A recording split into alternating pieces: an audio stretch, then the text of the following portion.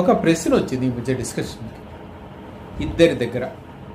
ఒకటి మా ఫ్రెండ్ ఒకరు senior journalist, he is working in English daily, and another is my sun.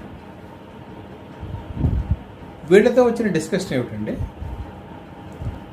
మీకు నెల తిరిగేసరికి నెల మొదటి వారంలో ఆదాయం రాగానే ఆదాయం నుంచి సేవ్ చేసి ఖర్చు పెడతారా, ఖర్చు పెట్టి మిగిలింది సేవ్ చేస్తారా? This is perspective of minds. At least సరే మా అబ్బాయి అంటే ఇంకా he has started career in the last 8 or 10 years what ever it is. But నేను ఇంతకుముందు మాట్లాడిన ఆయన he started career around 30-35 years back.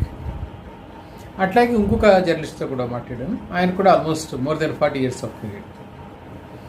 వీళ్ళిద్దరూ కూడా మేబీ అంటే నేను I should not discuss into there personal issues, I don't know what, అంటే వాళ్ళ వ్యక్తిగతమైన వ్యవహారాల ప్రభావం వాళ్ళ నిర్ణయాల మీద ఎంతవరకు ఉందో నాకు తెలియదు. అది తెలియకుండా నేను మాట్లాడకూడదు వాళ్ళ గురించి. కానీ జనరల్ పర్స్పెక్టివ్లో చెప్తున్నాను.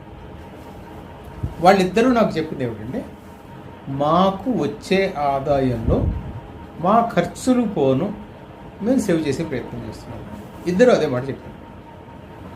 అండ్ వాస్తవం నేను మా అబ్బాయి కూడా అదే మాట చెప్పాడు.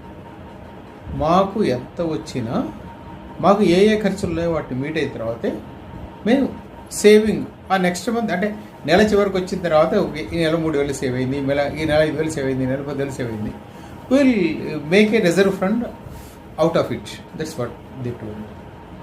అయితే వాళ్ళు అనేది ఏమిటంటే, అంటే ఈ ముగ్గురు పాయింట్లో కూడా ఒక కామన్ పాయింట్ ఏమిటంటే, ఖర్చులు పెరుగుతున్నాయి. ఖర్చులు పెరుగుతున్నాయి కనుక ఖర్చులు మీట్ అవ్వడానికి we could not make much effort to reserve some fund. ఎందుకంటే ఖర్చులు పెరుగుతున్నాయి. అంటే ఈ ప్రక్రియలో మనకి కనబడని ఒక ఇబ్బందికరమైన అంశం ఏమిటంటే, ఖర్చులు ఎక్కడ తగ్గించుకోవాలనే దాని మీద ఫోకస్ లేదు అని నాకు అనిపించింది. ఇది వేగ్గా మాట్లాడుతున్నట్టు కూడా అనిపించవచ్చు కొంతమందికి. I'm sorry for that. But surely మీరు మీ ఖర్చులు ఎక్కడ తగ్గించుకోవాలో అక్కడ తగ్గించుకోకపోతే you can't have any reserve fund.